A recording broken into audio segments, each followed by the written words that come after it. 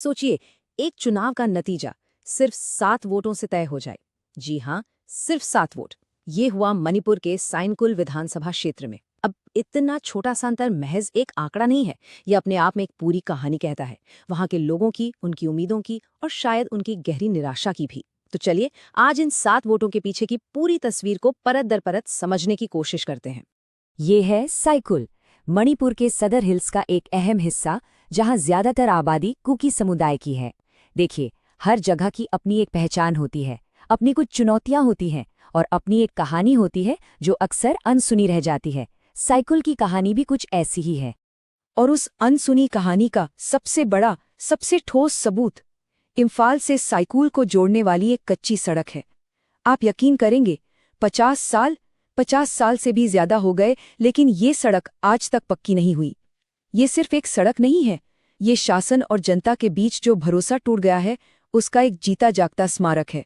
तो चलिए अब जरा उस माहौल में उतरते हैं जहां लोगों की आवाज बुलंद नारों में नहीं, बल्कि दबी हुई, थकी हुई फुसफुसाहटों में सुनाई देती है। यहाँ के लोगों और सिस्टम के बीच टकराव की वजह बिल्कुल साफ है, कोई छुपी हुई बात नहीं है। बात शुरू होती है दशकों पुराने उस अधूरे वादे से, उस सड़क से। फिर मसला आता है शिक्षा और स्वास्थ्य जैसी बुनियादी जरूरतों का, जिनका यहाँ भारी अभाव है। और इन सबके ऊपर 2023 की हिंसा के बाद से एक डर का माहौल बन गया है। हालत इतनी बिगड़ चुकी है कि स्थानीय कुकी प्रमुखों ने सरकारी कार्यक्रमों का ही बहिष्कार कर दिया है। ये एक साफ संकेत है कि सरकार और समाज के बीच का रिश्ता, जिसे हम सोशल कॉन्ट्रैक्ट कहते हैं, वो लगभग टूट चुका है। लेकिन इतनी नाउमीदी के बीच भी एक बहुत मजबूत बात सामने आती है। यहाँ के लोगों ने हार नहीं मानी है। 2022 के चुनाव में लगभग 90%, सोचिए 89.87% वोटिंग हुई। ये आंकड़ा उदासीनता का नहीं है, बिल्कुल नहीं। ये बदलाव के लिए एक जबरदस्त संकल्प दिखाता है। ये एक तरह की सामूहिक चीख है, जिसे सुना जाना बहुत बहुत जरूरी है। अब जरा चुनाव के नतीजों पर गौर करते हैं। ये आंकड़े अपने आप में साइकिल के बटे हुए वोट की कहानी कहते हैं। चलिए देखते हैं कैसे। यहाँ एक बहुत ही चौंकाने वाला आंकड़ा है। जो उम्मीदवार जीता, उसे सिर्फ 25% वोट मिले। इसका सीधा सा मतलब है कि हर 4 में से 3 वोटर्स ने उन्हें नहीं चुना। तो ये एक ऐसी जीत है जो बहुमत के समर्थन के बिना मिली, एक बहुत ही कमजोर जनादेश पर टिकी हुई जीत। और जीत का अंतर सिर्फ 7 वोट। जरा सोचिए, केवल 7 वोट।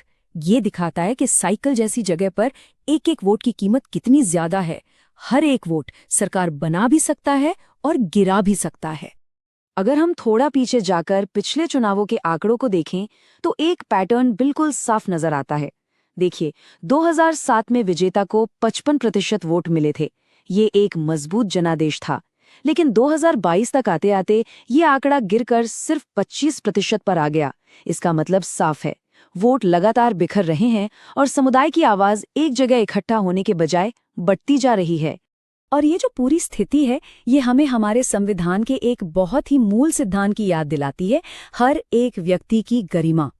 देखिए, वोट देना सिर्फ एक राजनीतिक अधिकार नहीं है, ये अपनी गरिमा, अपनी आवाज को व्यक्त करने का एक तरीका है। और जो लोग सत्ता में हैं, उनकी ये जिम्मेदारी बनती है कि वो इस आवाज को सुने, उसे समझें और उसका सम्मान करें। तो सवाल ये उठता है कि आखिर ये नौबत आई क्यों? क्या वजह है कि साउथ कोरिया में इतना बड़ा राजनीतिक संकट पैदा हो गया? चलिए, इसके व्यवस्थागत कारणों की गहराई में चलते हैं। असल में इसकी 3 मुख्य वजहें हैं। पहली, दशकों से चली आ रही सरकारी उपेक्षा, जिसने भरोसे को जड़ से खत्म कर दिया है। दूसरी, कुकी समुदाय के वोटों का कई उम्मीदवारों में बढ़ जाना। जब कई लोग एक ही समुदाय का प्रतिनिधित्व करने का दावा करते हैं, तो वोट बढ़ जाते हैं और किसी को भी मजबूत समर्थन नहीं मिल पाता। और तीसरी वजह है कांग्रेस जैसी राष्ट्रीय पार्टियों का जमीन पर कमजोर हो जाना, जिसने एक तरह का पॉलिटिकल वैक्यूम यानी राजनीतिक शून्य पैदा कर दिया है। और फिर आया साल 2023। उस साल हुई जातीय हिंसा ने यहाँ की राजनीति को हमेशा के लिए बदल कर रख दिया। अब वोटर्स के लिए विकास से भी ज्यादा बड़ा और जरूरी सवाल उनकी सुरक्षा और पहचान का बन गया। ये एक बहुत ही बुनियादी बदलाव है, जिसने चुनावी मुद्दों की पूरी दिशा ही मोड़ दी। तो क्या यहाँ से आगे का कोई रास्ता है? क्या इस टूटे हुए भरोसे को फिर से बनाया जा सकता है? आइए एक ऐसी रणनीति पर नजर डालते हैं जो शायद साइकिल के लोगों का विश्वास जीतने का एक खाका पेश कर सकती है। इस रणनीति को हम चतुर्मुख सिद्धांत कह सकते हैं। ये एक 4 आयामी योजना है जिसके केंद्र में 4 स्तंभ हैं: पहचान, विकास, एकता और सेवा। हमारा मानना है कि इन चारों स्तंभों पर एक साथ काम करके ही भरोसे को दोबारा बनाया जा सकता है। इसके लिए 4 ठोस कदम उठाने होंगे। पहला, लोगों की सबसे पुरानी और सबसे गहरी शिकायत यानी सड़क, उस पर पूरी पारदर्शिता के साथ काम शुरू करना। टाइमलाइन और बजट सब कुछ पब्लिक के सामने हो। दूसरा, स्थानीय कबीलों, युवाओं और खास तौर पर महिला नेताओं के साथ बैठकर सीधे उनकी बात सुनना।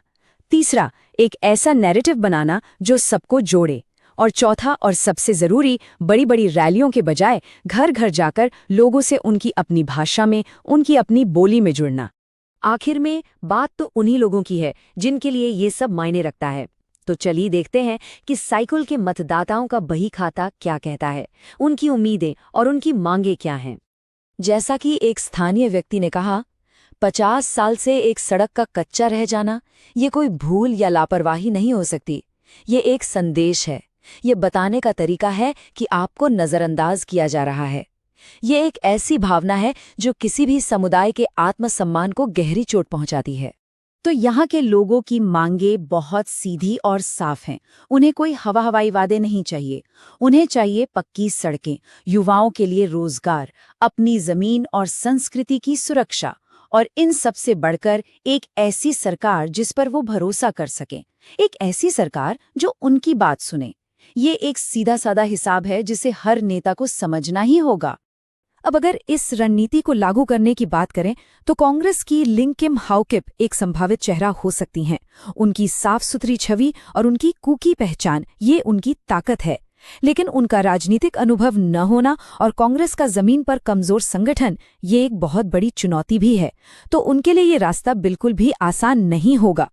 आखिर में आइए साइकिल की इस कहानी से मिले सबक को भारत में शासन की एक बड़ी तस्वीर से जोड़कर देखते हैं, क्योंकि ये कहानी सिर्फ साइकिल की नहीं है।